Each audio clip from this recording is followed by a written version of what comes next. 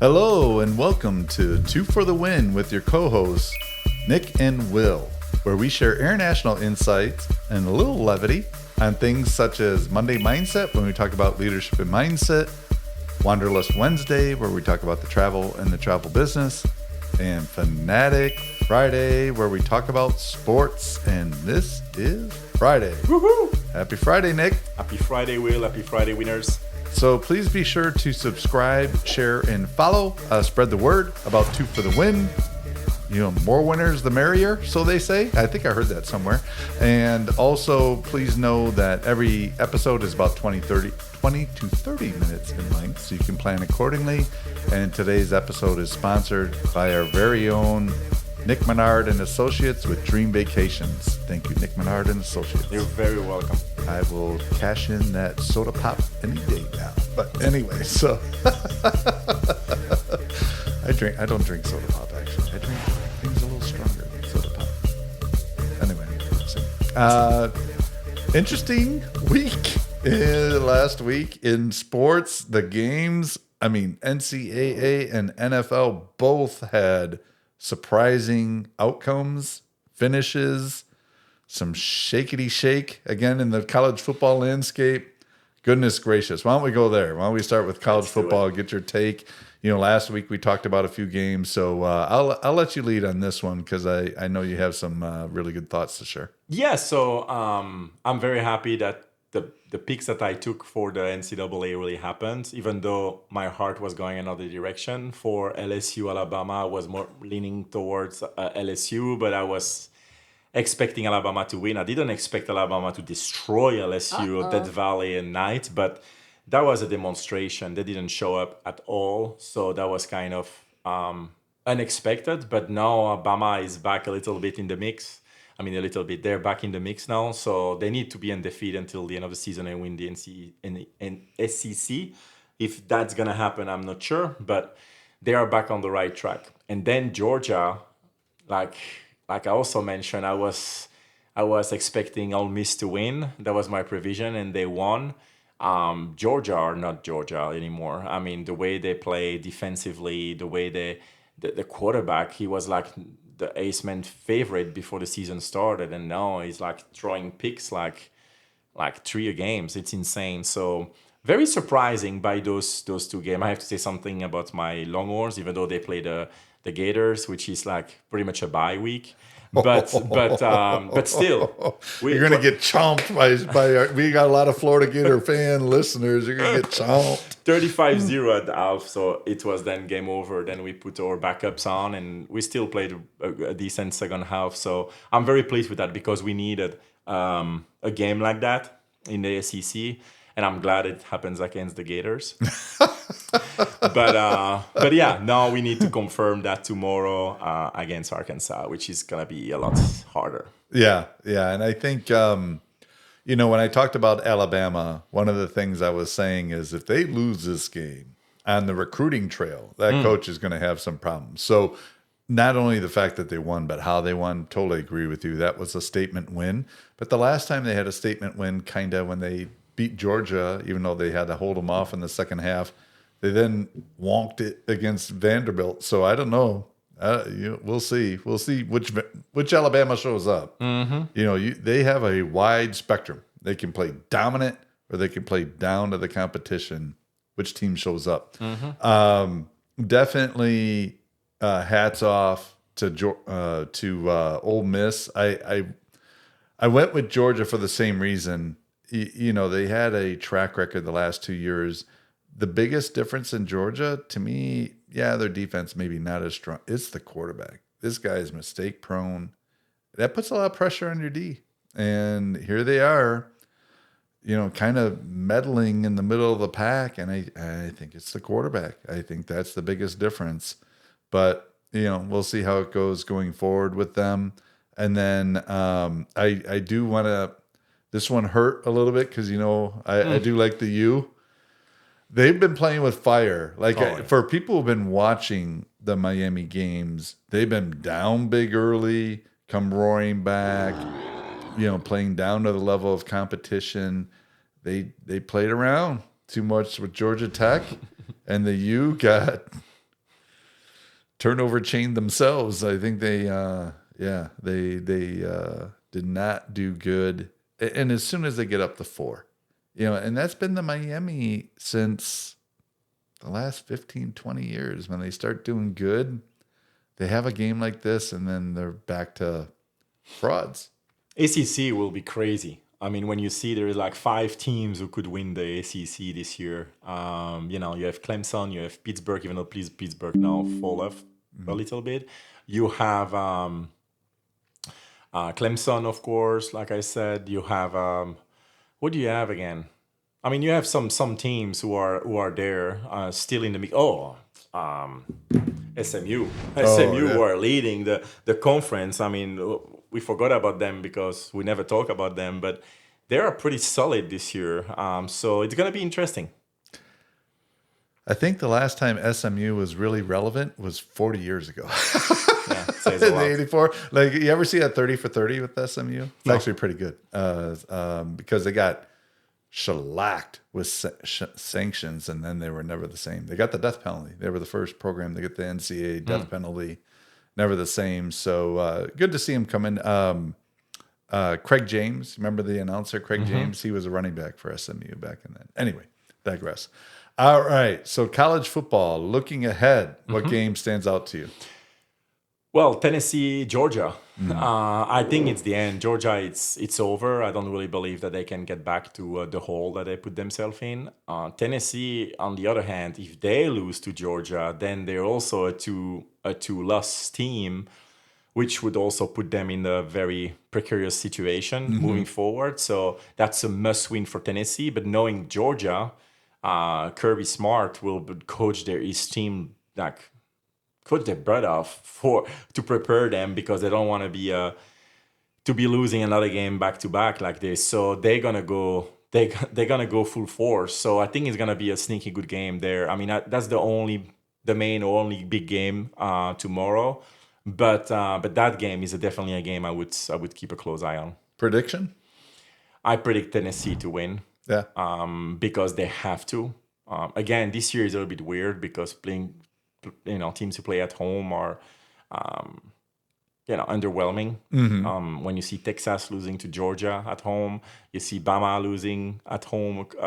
You see Ole Miss losing at home against Georgia, I think it was. So no, against Bama, I believe it was. Yeah. So you have like those upset, LSU losing to Bama.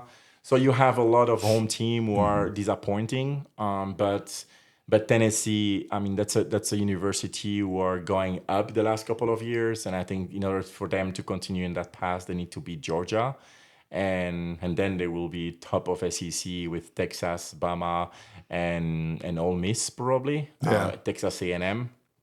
So it's gonna be interesting. SEC, ACC would be very interesting. Big Ten, it seems to be Indiana's year. So it's gonna be surprising. I think they play in a couple of weeks against Ohio State. It's gonna be the game, but that's my prediction. Yeah, who would think about Indiana? Yeah, my goodness. But I'll agree with you. I go with Tennessee. I try not to overreact when somebody has a bad game, but I think there's enough on tape on the Georgia QB, unless they change their game plan. And try to take the ball more out of his hands and rely on the running more. But I just don't see it. I'll go with Tennessee as well. And just a shout out, we won't spend too much time on this, but Notre Dame playing.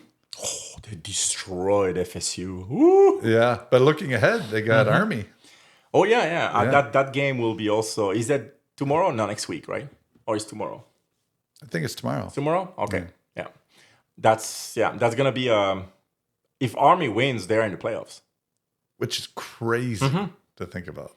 Yeah, because they would be undefeated. They have two really easy game on paper after Notre Dame. So Notre Dame had to play Navy and Army, so they were both undefeated. They beat up Navy, but Army is the better of the two, so they have a shot to actually make it to the playoff. Wouldn't that be something? The independent is Army. That would be wild. So, absolutely. All right, let's go ahead and pivot, because the NFL, my goodness, what a set of games. We were texting each other And like, can you believe what we're witnessing? So, we won't spend too much time on it, but why don't we talk a bit about the games and we'll look forward, look ahead. Oh yeah, 100%. Well, what a roller coaster. I remember I was watching Red Zone. And so my setup, I have my main screen is on Red Zone, and then I have 2 games on the side, so 3 TV setup. And looking at the witching hours, like when they come up with the last hour of the first games, you had 7 games, and 6 of the 7 games were a 1 possession game. So that's rarely, almost never happened. And the one who was more than 1 possession game, it was a 10-point game. So that was literally all game were pretty tight.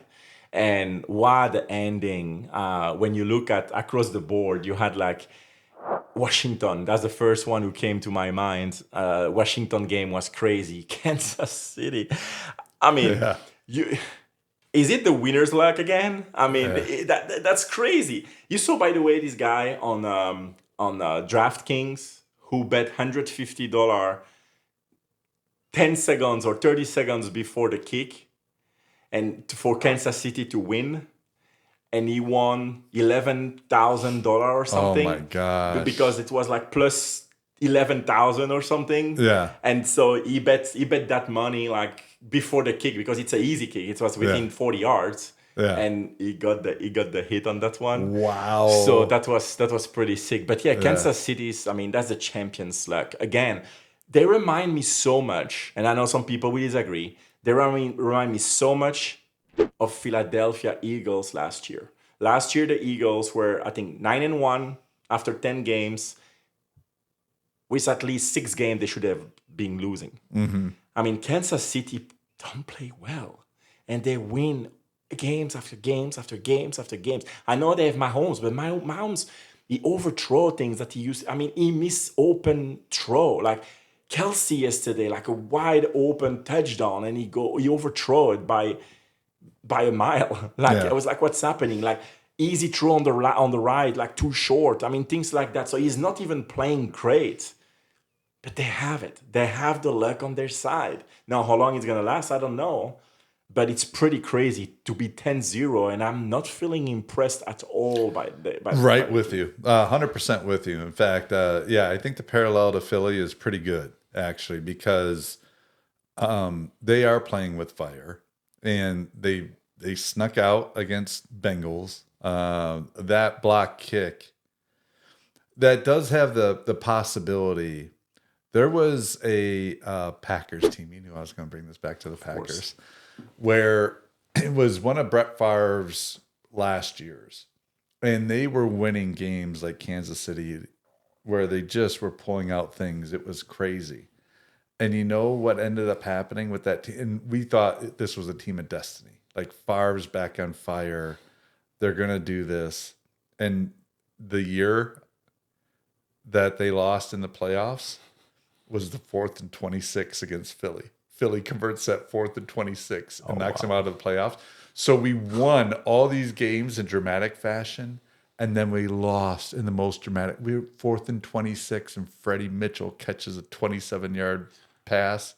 Philly wins on a field goal. And we were like, what in the world just happened?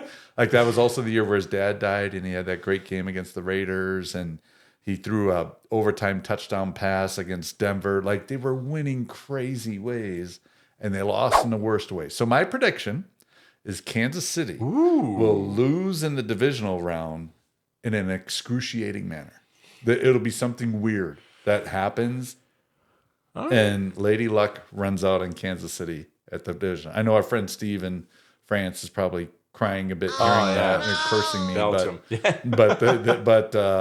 Yeah, no. And all these you never saw people wear Chiefs gear. Now you see Chiefs gear anywhere. Yeah, wait a couple of years, there won't be no Chiefs gear. I don't believe that, though, because Mahomes will be there for another 10 years. And he sounds like Kermit the Frog. How we figure out where we want to go. Quarterback, but he sounds like he should be singing more than "It great. Ain't Easy Being Green." He's So stupid. He's more than great. He is, but I can't listen to him. I know. Well, the good thing is that he's not doing a job where you need to listen to him. Yeah, the darn commercials. Let him. They should just have him mime. Let him mime the stuff. Anyway, sorry, I digress. You know who else got out? The Vikings. Jacksonville. Oh, Darnold's throwing a couple picks. They got freaking Mac Jones. Dude, what were they doing? I know. They should have won. I know. That was bad. Can't get help from them. Can't get help from the Texans. My upset pick up 23-7. Then what? The offense, what did they do? They were like, Zero? They took shots, I think, at halftime. Like, they passed out. Like, what did they? Oh, we got this. Like, they didn't score a single point. No. And it's like, come on, man. Like, I know. Seriously. Detroit are the real deal, man. Detroit's legit. I was having a conversation with somebody today because they were like, oh, who would think that Minnesota and Detroit would be leading the division? I think most people thought Detroit would. But I don't take Minnesota seriously. They will finish with probably a better record than the Packers. They will be in the playoffs. They won't do anything. Detroit, I think, can do some damage in the playoffs. Like, unless they suffer another catastrophic injury, they're legit. All right. So another thing that Sunday morning game was Carolina in Germany against the Giants. Yeah, overtime. And I thought, okay, well, another team lose to the Carolina Panthers. So I was expecting Dibble to be fired, but no. He still have his job currently. Yeah, they'll let him write it out. So it's interesting. And then I need to tell something. And I know I saw Monday, I think it was like, like some people mentioning it. But I thought about it for a couple of weeks and know even more.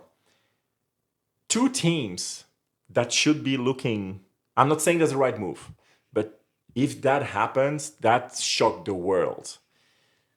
Cowboys, Giants. They need a full rebuild.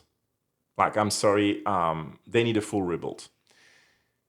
What if, with the high pick that they will have, they decide to go for Deion Sanders and bring the coach with them, prime time to the Giants or prime time to the Cowboys? Well, prime time played for the Cowboys. I know. So if it's happened, can you imagine the shockwave? I think there is more chance for the Giants to happen because Jones would not, even though he has a good relationship with Primetime, I think Primetime and Jones having to take the decision, that's gonna go well. Because Jerry likes the camera. Yeah. He doesn't want to give up the camera. Exactly. But the Giants, can you imagine if the Giants pick Sanders for their new quarterback and bring Primetime to New York? Can you imagine the shockwave across the NFL and across the sport world if that happened? That would be amazing. Automatically New York, you know what's gonna happen. So I'm like, I foresee, because I still don't see, even though he keeps repeating that he never wants to have an NFL job as a coach, but no, NCAA is pretty much like an NFL job. You need to have a budget and you need to figure it out how you pick people.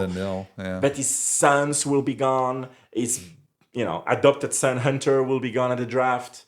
What if a team, and I think only the Giants or the Cowboys could make that happen, what if it happens for one of those two teams? The shockwave would be insane. So what do you think, winners? Do you think that something like that can happen? Or do you think about other teams? Or do you think I'm completely out of my mind and he's going to stay in Colorado or going somewhere else? I have a feeling that something like that is going to be talking a lot more in the future. Yeah, because we talked about Deion maybe going to FSU, like going back because that's his alma mater and stuff. I really like the Dallas idea, except for Jerry Jones can't. No. He is not going to give the spotlight to anybody else. Fans. And Deion, the spotlight will be super bright. The Giants, they just strike me a little bit like more conservative. Like going Deion doesn't seem part of their MO. I could see them go Belichick before Deion. But I do love the idea of Deion and his son. I mean, the Panthers are probably going to look for a quarterback, and they're going to be up there. I don't know if Tepper would really entertain that. Tepper would entertain it if he really thought he needs to reinvigorate fan interest, because Deion will sell tickets. They will sell private licenses, season tickets. Wherever he goes, there'll be a surge of ticket sales for sure. So who needs to make money? Carolina does, because Tepper and that team is not doing that great. Raiders, I could see.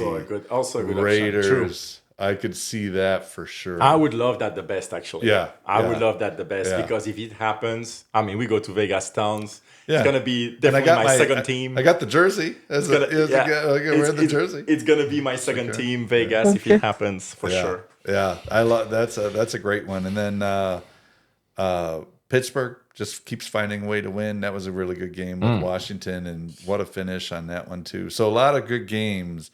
Looking ahead though, we got to spend some time on this because there is a slate of games a couple days from now. That's amazing. So Thursday, we already know what happened there with Washington and the Eagles, but that's one of the better Thursday night games in a while. Yeah, in terms of matchup. And then you got one of the longest rivalries in the history of sports with the Packers Bears. I own you. Yeah,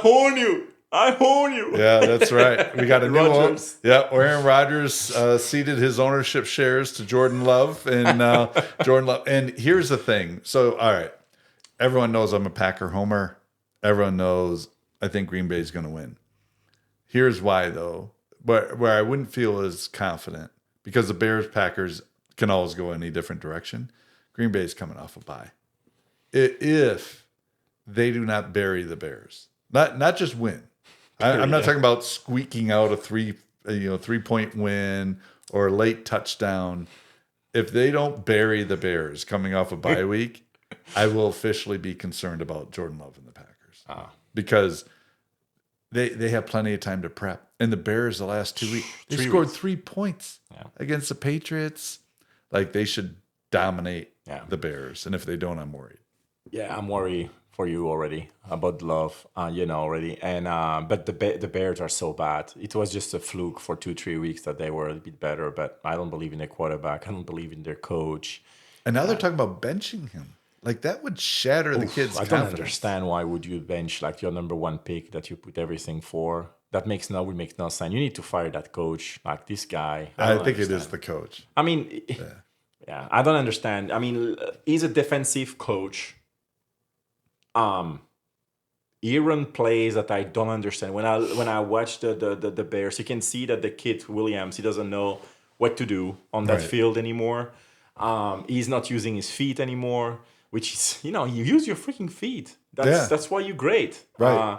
I mean, look at Daniels. They don't tell. I mean, Quinn will not tell Daniels. By the way, you just throw only. No, use your feet. That's one of your skills. That's one of your weapons. Mm-hmm. So no, and then the offensive coach from Chicago. I don't know what he's doing. They need to have again.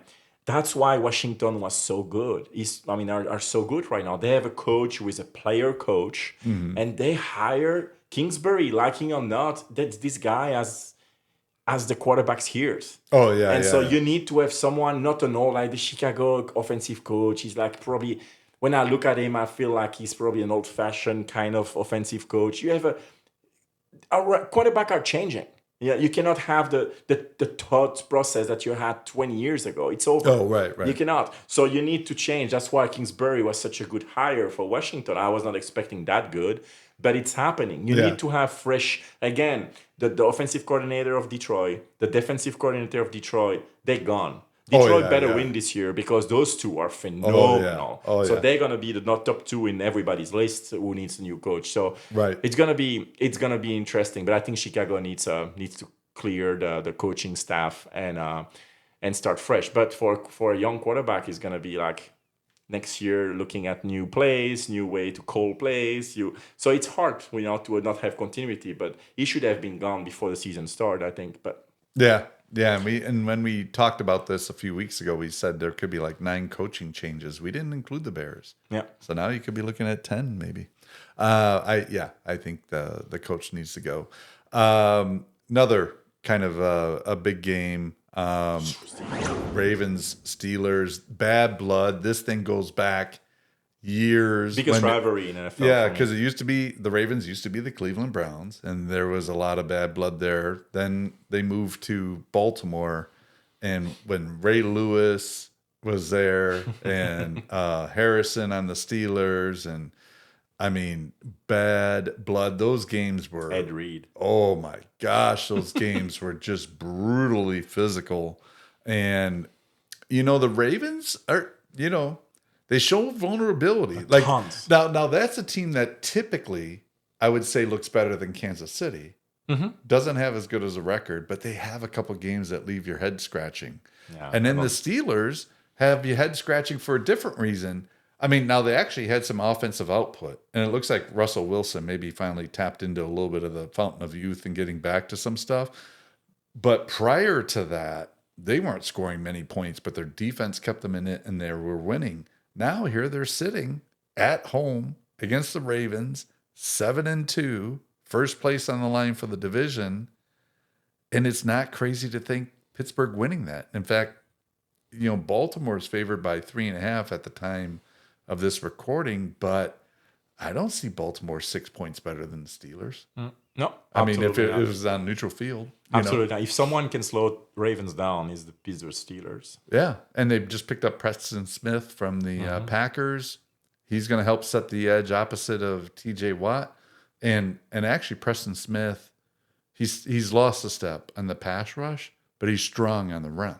And that's what you got to protect against Lamar. You got to hold that outside edge. I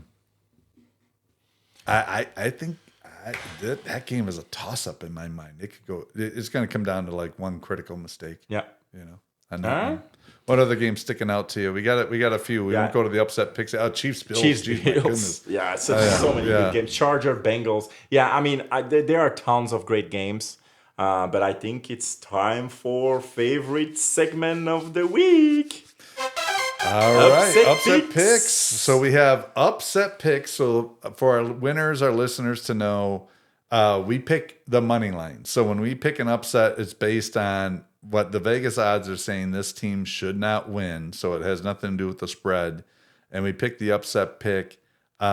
Nick came through last week and broke the winning streak I had. Or 2 weeks ago, sorry. And then last week, we tied. And we tied again. We both had one pick right. So we had that, and it's Texans. Man, how could they not beat Detroit when they're up 23-7 at halftime? That cost me my win for the upset pick. Yeah, we tied, but you can start because you started and you continue starting then. No. You continue because you won the 2 weeks ago. You can have honors. So, all right, we have some interesting games. You want to go back down? Yeah, let's go back down. Let's go back up there. We're looking at the screen to see all the... I was looking earlier and I had my pick. I don't see anymore. Wait. Yes, so I pick the Raiders. The Raiders to go win at Miami. Really? I really think so. I think Miami in a down spiral. They play better since Tua came back, but they lose 3 in a row. So I think that the Raiders will take that game. What if the Dolphins got Deion? Yeah, but no, I don't think Tua retires. Yeah, no. All right, sorry. All right, so you're taking the Raiders. You can go for 2 now. I will go. You know what? I really want the Bills to win, but the Bills are favored by 2.5, so I'm going to pick Kansas City as my upset pick. Man, that's a good one. I mean, that's not really a big stretch, but the Bills are favored, so I will take Kansas City. Mm-hmm. And my second pick, gosh, I'm torn. I hope you don't take the one I want.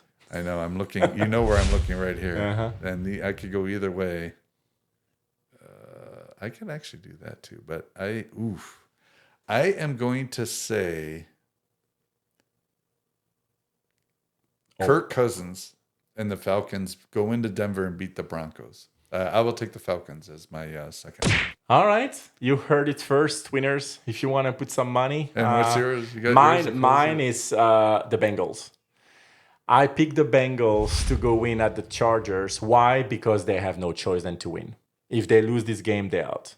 So I think that's the game. It's Sunday night. I think that's the game they're going to win against the Chargers. Yeah. I mean, this is a week I think you can make some money with upset picks. So we have our official picks, and everyone has it. I think Pittsburgh certainly could beat the Ravens. I think the Browns, the Saints have disintegrated. And I think the Browns could go in there. They just won the game because the new coach and stuff like that. But Atlanta missed 3 field goals. Yeah. I mean, the Jets are falling apart. I think the Colts can go in and beat the Jets. This is a week. I'm either going to lose a lot of money or I'm going to make a lot of money because I'm going a lot of upset picks this week. But officially, you heard my official 2 and my co-host Nick's official 2. So, winners, this will wrap up another session of Fanatic Friday. Hope you enjoyed it. Please make sure you subscribe, share, and follow Two for the Win podcast with your hosts Nick and Will. Spread the word and enjoy what should be a lovely weekend of football all the way around. Take care, winners. Bye, winners.